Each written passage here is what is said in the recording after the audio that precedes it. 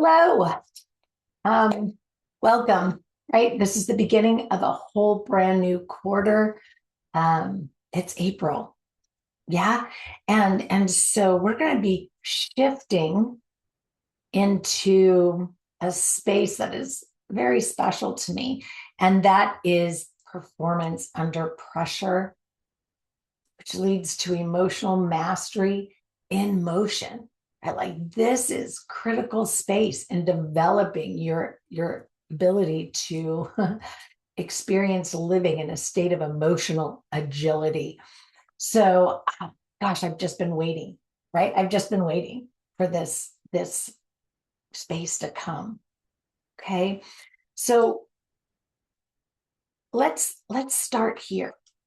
Right? Like let's start here and talk about what most adults believe. And that is that they have a, an emotional control problem. And the real thing is that they don't. What most adults are experiencing isn't a control problem or an emotional control problem at all. It's a compression problem. And compression feels like you're losing yourself.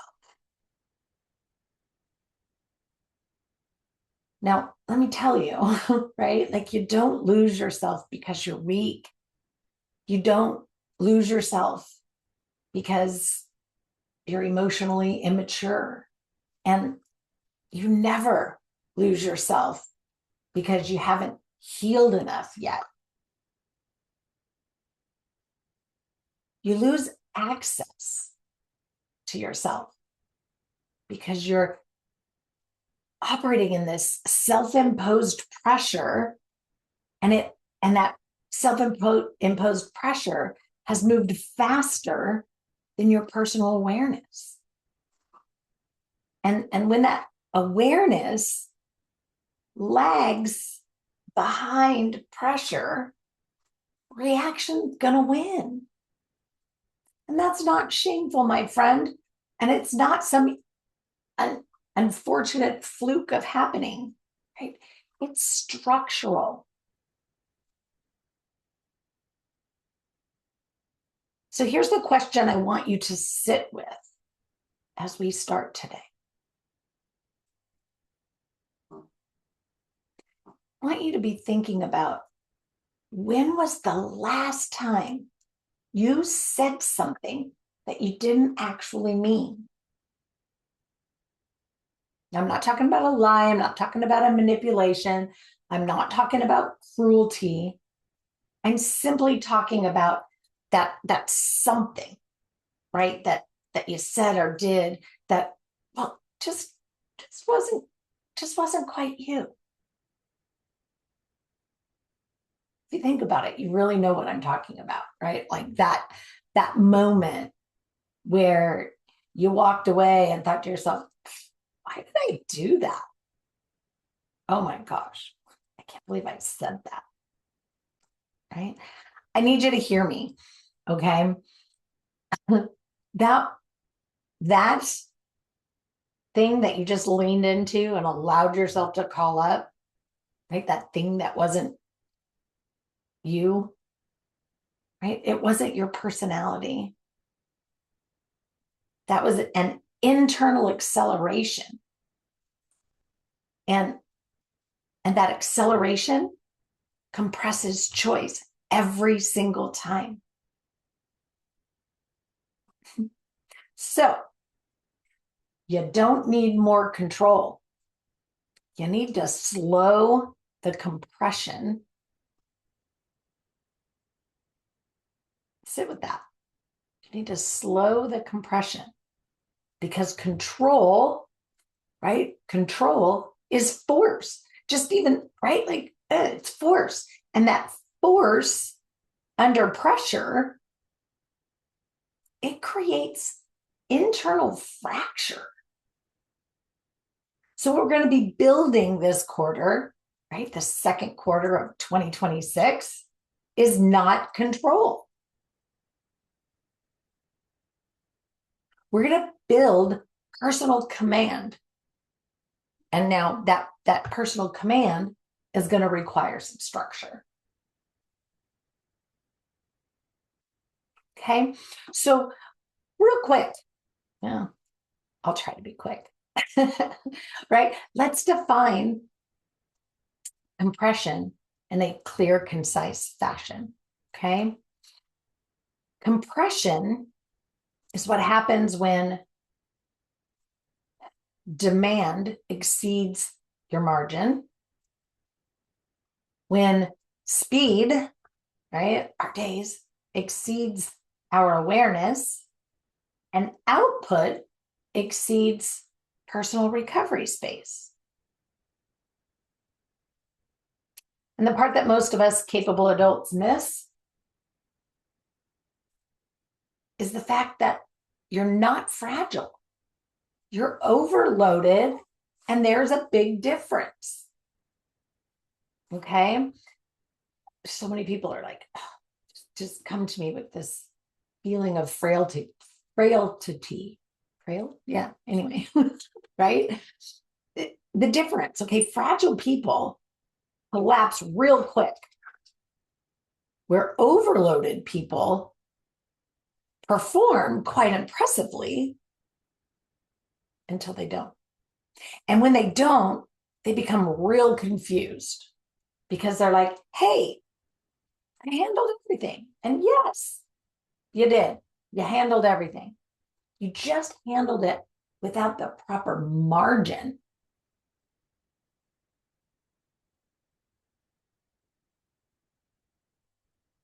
Think about it. What happens in your body when that internal pressure rises to the occasion, right? Do your shoulders tighten, your jaw lock, maybe your voice shifts, your breath shortens, thoughts narrow, right? That narrowing is compression.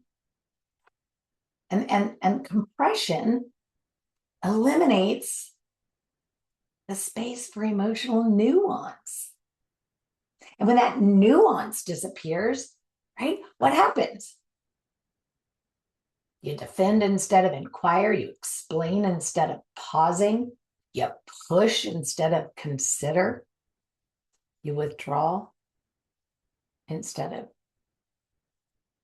seeking clarity. That's not an emotional immaturity. It's a structural acceleration. Think about it. You feel it in your body first. Your body gets activated. It starts to accelerate. And then the mind takes off, right? Like blah, blah, blah. It's on autopilot.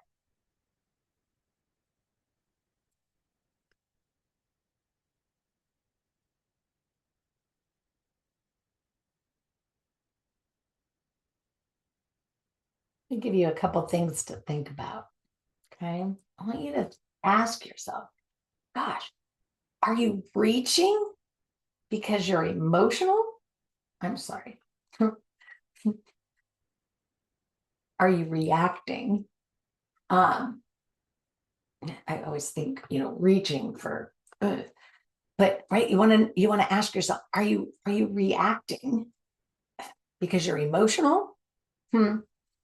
Or is that reaction because your system is compressed? Like I can't take the weight of one more thing.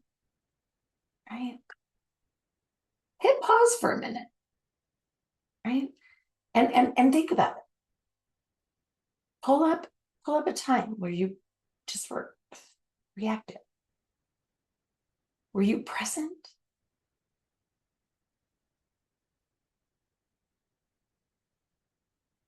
Were you overloaded?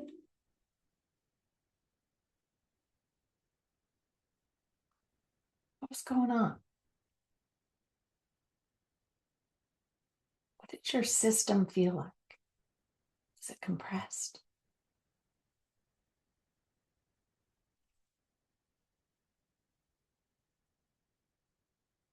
I'm going to take a minute and talk about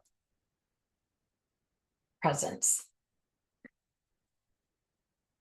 I I meet with a lot of people, and where you see them, they're sitting in front of you, but you just don't, you can just see, right? Like they're not, that then perhaps they've got other things on their mind. And yet they've got this this presence, this calmness about them. And presence is not calmness. I want to say that again, because I really want this to sink in, right? Presence, being present, is not calmness. Calmness is a state, right? Calmness is a state of being, where presence is a level of personal availability, emotionally, cognitively, physically, right? You can be angry and present. You can be firm and present. You can even be intense and present, because presence simply means that you are here and still in command of your response. Now, here's where it gets really real, right? Presence requires that you have three conditions met, okay? These three conditions are margin, regulation, and response space. If you remove one of those, command, right, your personal command will collapse every single time. So let me tell you what about these things a little bit better. Okay, margin. Margin is not, let me think about the space on a paper, right? Like the indent. Anyway, margin is not a luxury. It's a structural space between demand and collapse. So if your day is stacked, right, without any air, you have no space.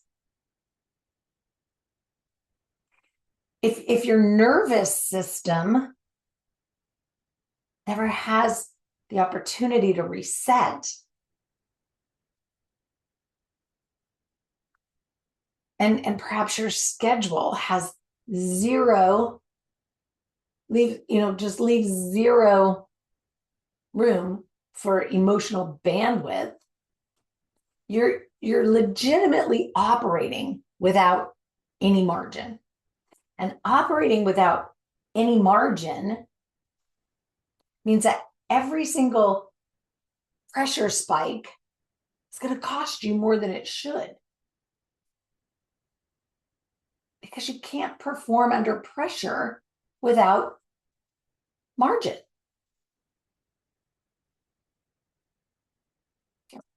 Carrying all this stuff around, right? Like, room. I feel compressed. Yeah. Now, regulation, and I know a lot of people need clarity in this space. Regulation, right? Regulating is not suppression. Okay. It's literally like having the ability to stay online or available while activated.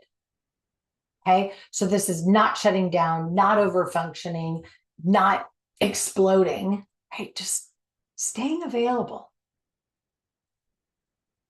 And regulation actually expands the response window. Now, response space, this is where true emotional leadership lives. The response space is where we give ourselves enough room to be agile, emotionally agile, to sit in and move through whatever comes up. We see it, we look at it, we move through it, right? Response space is that 2 seconds between impulse and actual behavior, right? Most people don't even think that they have 2 seconds, but you do. You just don't protect it.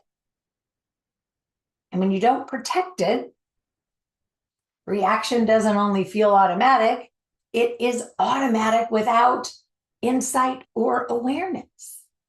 Look, I get it, right? Like we have busy lives. We have full lives, as I prefer to say. I don't prefer to use the word busy because it just doesn't feel right. I have days where, everything's stacked on top of each other. I do that with purpose and intention. However, I have that ability to stay emotionally agile. I know that the 60 seconds that I have between things is enough, right, for the recovery space. It gives me the margin that I need because I've trained it to be so. Doesn't mean that that works for everybody. Anyway, right? Presence, my friend, is structural. It's not emotional. So if you build structure, your presence will stabilize. But if you're out here chasing calmness, you're going to continue to exhaust yourself.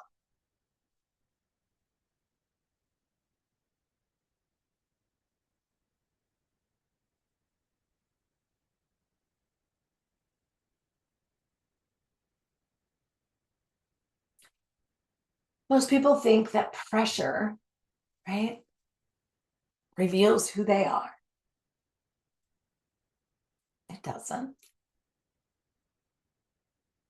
It doesn't. Pressure reveals what you've practiced or conditioned yourself to be.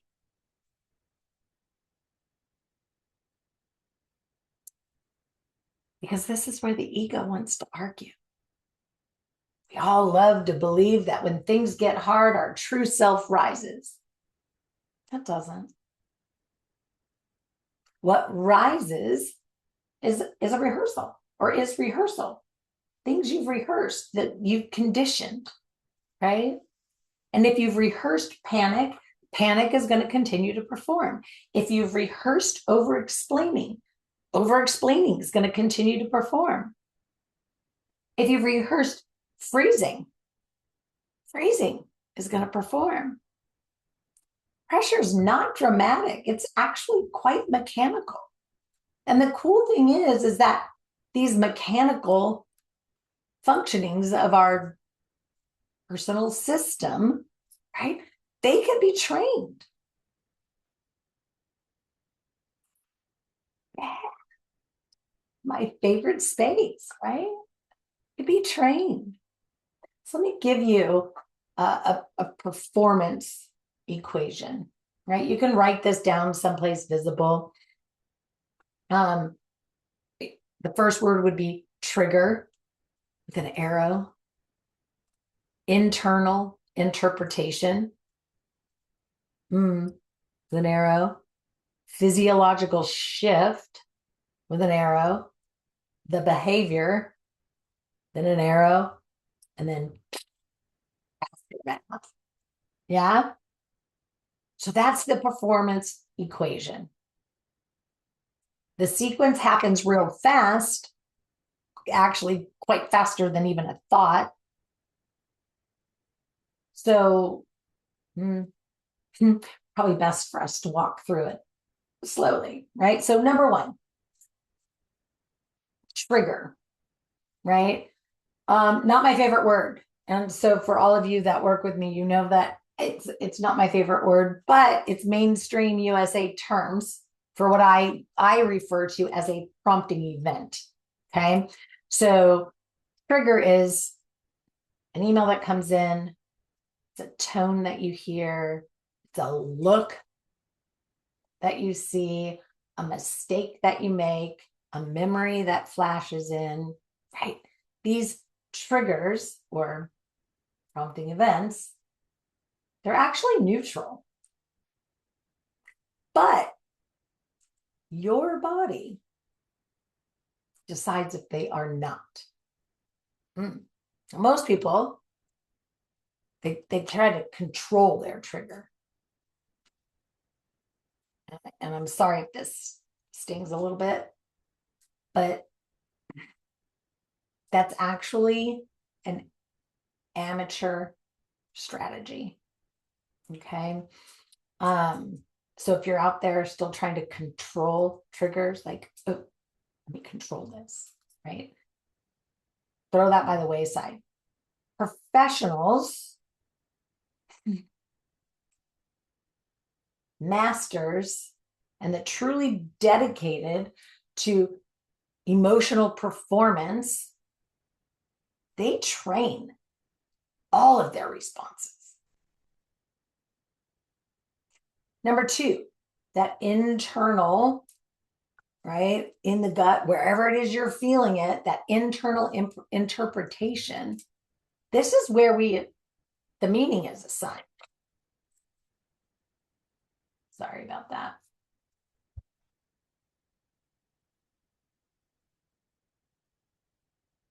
Let me just really quick turn that back off. I thought it was off.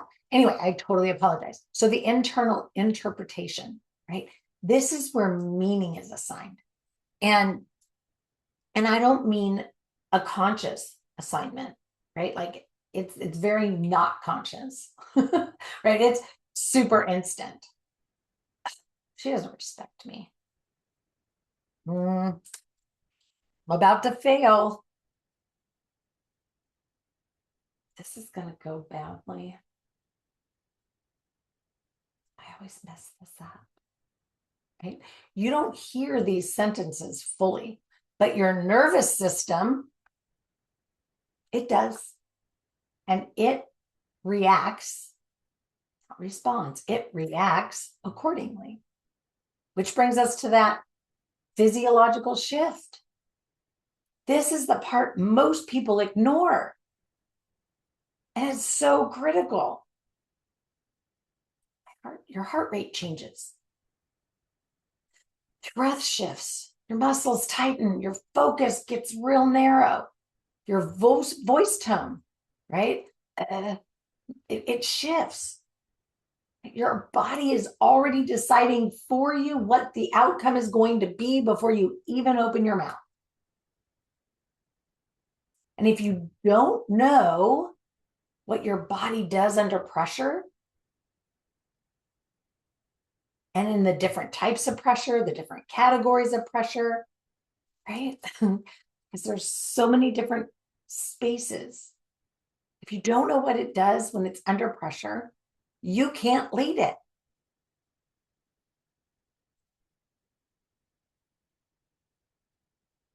Brings us to behavior, right? This is what the world sees. This is what your kids see. This is what your spouses see. This is what your coworkers, your subordinates, your whatever, your partners. It's what the world sees. This is how your environments receive you. Snapping, withdrawing, over-explaining, defending yourself all the time, overperforming, shutting down, withdrawing. Right? This is the visible part of an invisible chain reaction. And most people only evaluate this part. They just call it personality, and it's not personality. It's an untrained sequence that leaves us with, right, that last piece, the aftermath. The aftermath is the part that determines whether growth can happen or not. You have to ask yourself, do you justify? Do you spiral? Do you shame yourself? Do you pretend it didn't happen? Do you refine? Pressure is not the defining moment. There's the emotional, the just the margin, the space that you give for recovery time. That's the defining moment. So which part of that chain, which part of that chain do you actually pay attention to?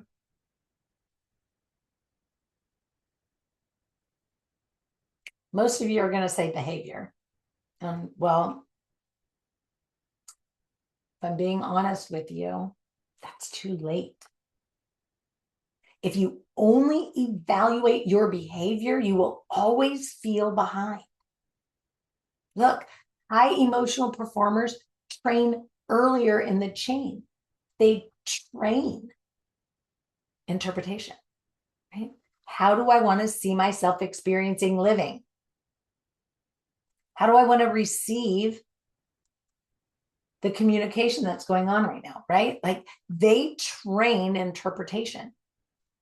They train the ability to interpret in a way that serves them. It's what our filtrating boundary system's all about, right? Like, external. That's why so many people are in this, are derailed by external things, right? That external locus of control. We let things in before we interpret whether it's even for us or about us. If we could just leave it out there when it doesn't, right? Leave it with the other person. If it's about them and for them, leave it with them. Only let in the things that are for you and then decide what you want to, when you bring it in, right? Now you've got your internal filtration, right? Like, this is for me. Right? Anyway, I don't want to go into the full filtrating boundary system training because it's something completely different, right? But you've got to train the interpretation. Emotional high performers or high performing people that function in a state of emotional agility, right? Like they train their physiology also, right? Like I have clients that it's so cool, right? We track some things. It's like, oh look, I trained when this happened. I was able to, right, like watch my blood pressure go down instead of continue to spike. But anyway, they train the physiology. They train the pause, the margin, the recovery time, the space to breathe, whatever you want to refer to it as, right? Like they train that, not suppression, control.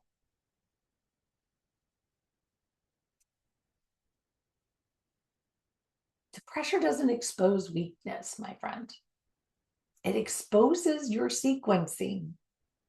And sequencing can be redesigned, which is a really cool thing. Yeah. So real-time command is not about being calm. It's about being deliberate. The calmness is a huge bonus. Deliberateness is the actual goal. You don't need to feel peaceful to act powerfully. You need access to choice, access to breath, access to your thinking, access to your recovery space, right? So you integrate command. Right? I'm going to give you a little model that I use with some of my clients, and quite quite effective, right? So the command integration model for when pressure hits. Step 1, I want you to notice the shift, not the story, the body. Where did my body just move? Right? That's what you got to ask yourself. Right? Notice the shift. Where did my body just move? Is it my jaw, chest, my shoulders, my breath? right? The body is the early warning system. If you continue to ignore it, you will always be late. Now, step two, right? Step two is the interrupt the escalation space. Okay. That is a mouthful. So we're going to interrupt the escalation space. It's not dramatic. Okay. I want this to be subtle for you. Right. So that might be a longer exhale. Soften the shoulders. Lower tone of your voice. Slow down your speech. So when you do this, you're not calming yourself. What you're doing is reestablishing the control. Right? It's micro adjustments, the precision adjustments. Now, step three is choose the behavior. We always get to choose, right? Like, what's my life motto? This is my life too. It gets to look, feel, be however I want it to. I get to choose. Everything is a choice, okay? So step three is choose the behavior, but not based on an emotion. Choose the behavior based on outcome. Ask yourself internally, right? Like, what behavior protects the outcome here? Not, what behavior expresses how I feel? What behavior is going to protect the outcome here? Pressure amplifies your expression. And for those of us, right, like wanting to be emotional leaders, right, we got to lead in a way that protects the outcome. That's the big shift. So step four is refine afterwards. And so many people skip this one, right? Like, so after the pressure, you got to ask yourself, where did I lose my sequence? Where did I regain it? What worked? What worked for me in this sequence? What didn't? Never any shame, right? But it's always what went well? Why? How can I capitalize on that going forward? What didn't go as well as I'd hoped? Why? What can I incorporate in from things that do work to improve it going forward? What didn't work at all? Why? Let's make sure we don't repeat it, right? Get rid of it, right? No shame, no dramatic reflection, just a refinement. Just take the space, right? Professionals refine, amateurs react. Okay, so we're going to do a little practice here, right? Like this is like a drill. And so I want you to imagine with me for a moment, seriously, right? Like if you are present right now, you will feel this as if we are together practicing your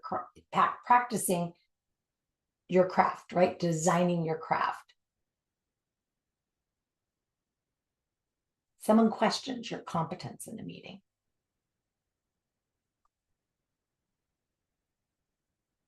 I want you to notice what happened in your body right then.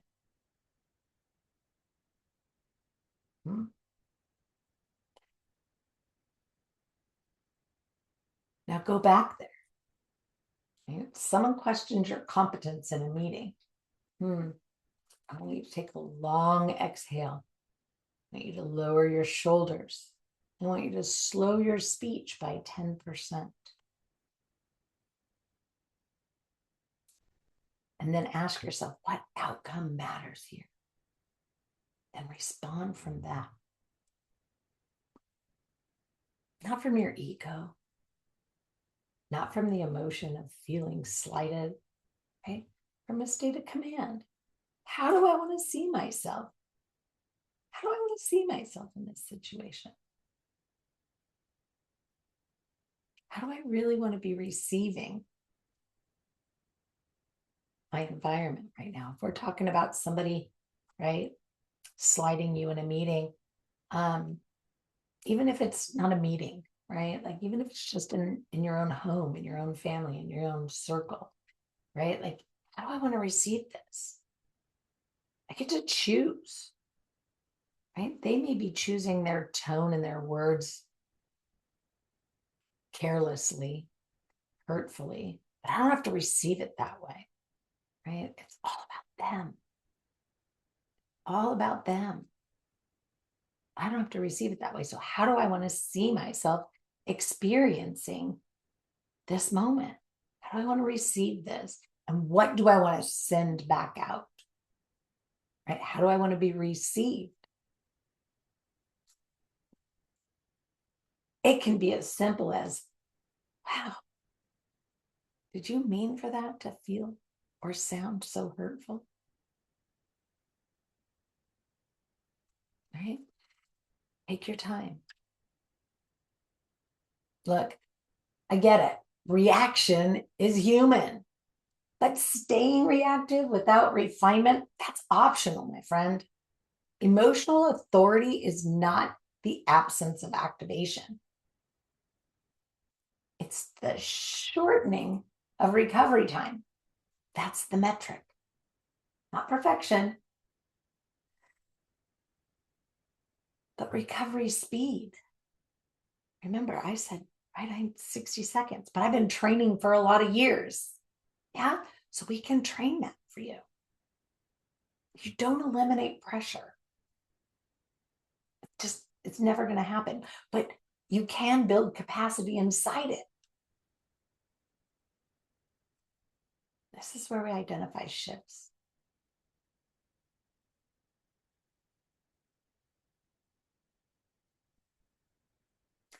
I want to say something that might interrupt a story you've carried for years.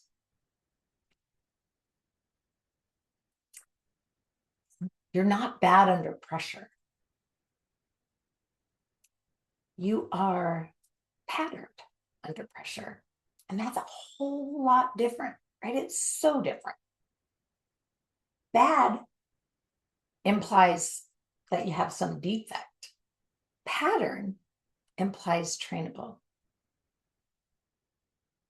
And this room, this work is not about personality repair, okay? It's about emotional performance design.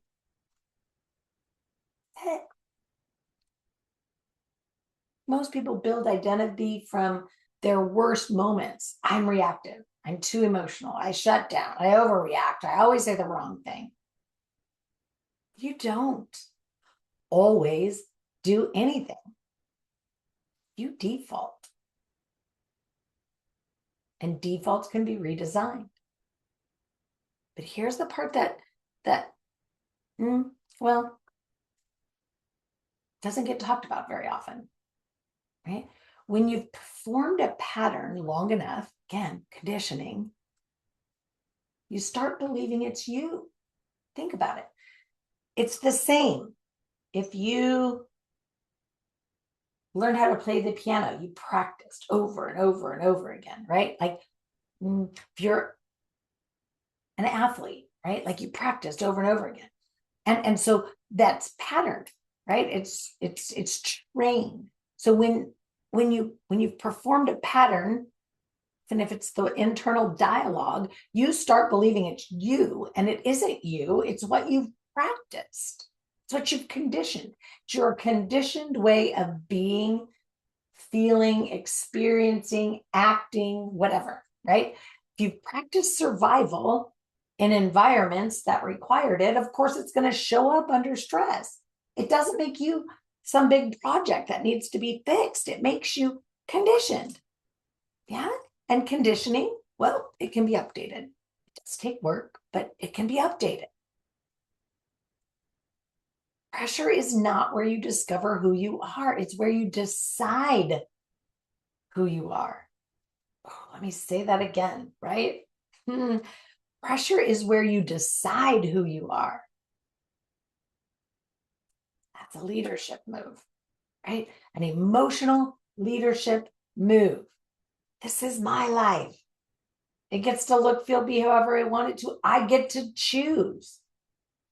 You get to stop asking, why am I like this? And start asking, what version of me do I rehearse now? This is where emotional performance is going to become super deliberate.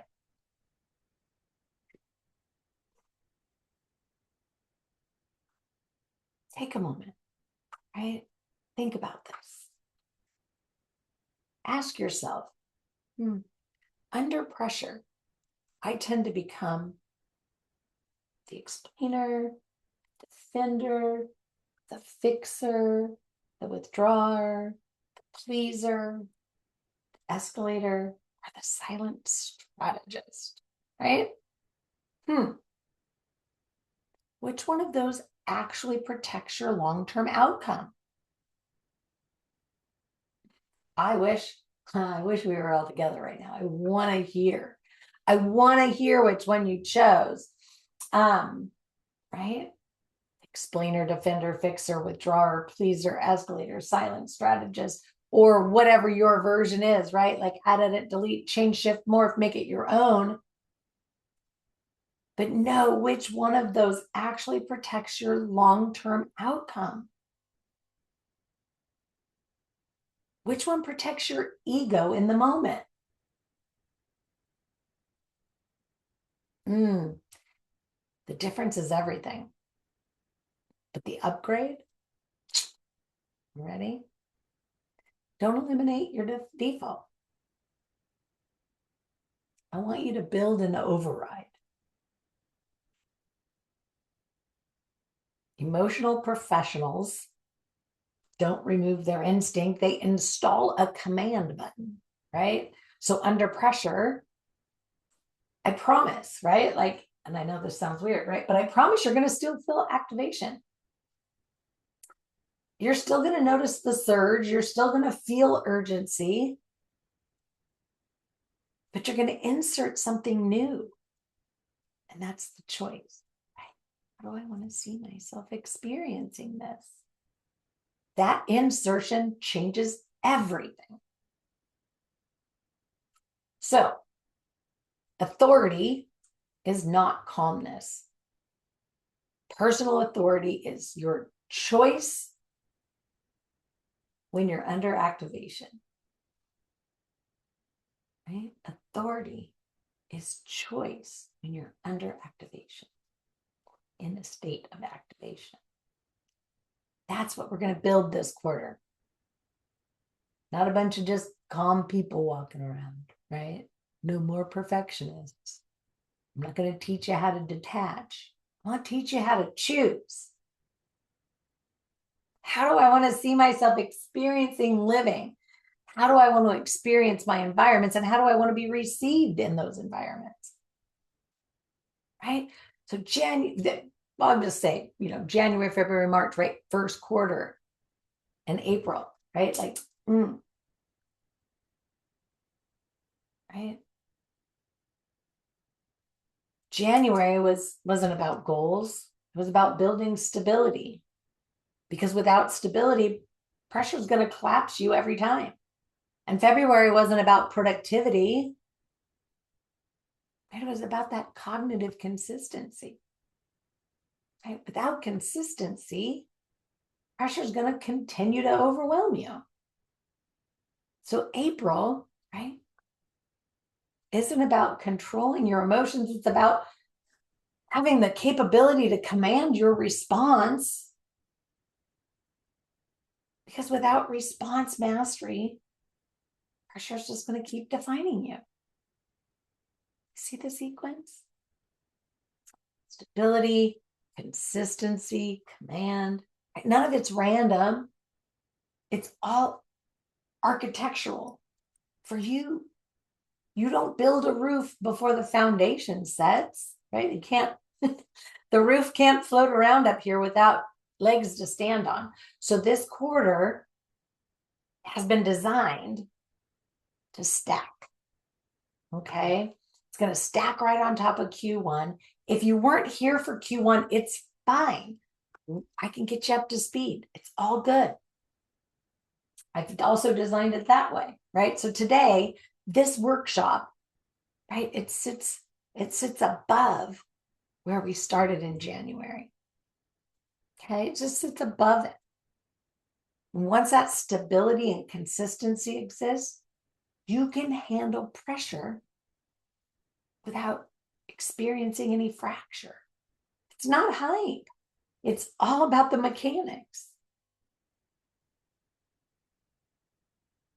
So everything we build, that we're building, rolls up into one larger operating system, the precision living system inside the total emotional performance platform, right? Not a routine, not a challenge. It's not a mood. It's a personal system. Yours is different than mine, but we create it the same way. A way of functioning that reduces friction, right? That emotional friction. A way of functioning that stabilizes our physiology, sharpens our decision making, and shortens our recovery time while protecting peace without dulling our power. That's the outcome, not intensity, functionality. I want to name something really important before we close. And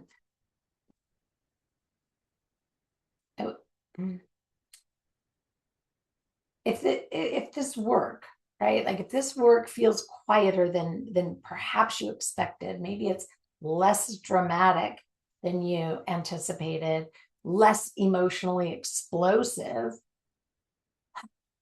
And I hear this one all the time. It's less directive, right? Like I'm not saying, stop this, do that, right? It's not going to be a lack of impact. That's what happens when pressure exists in the room and stability doesn't shout. It holds.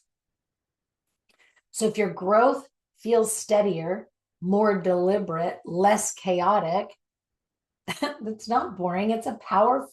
That's your power becoming usable. Excuse me. Okay. So ask yourself, where have I already shortened my recovery time this quarter?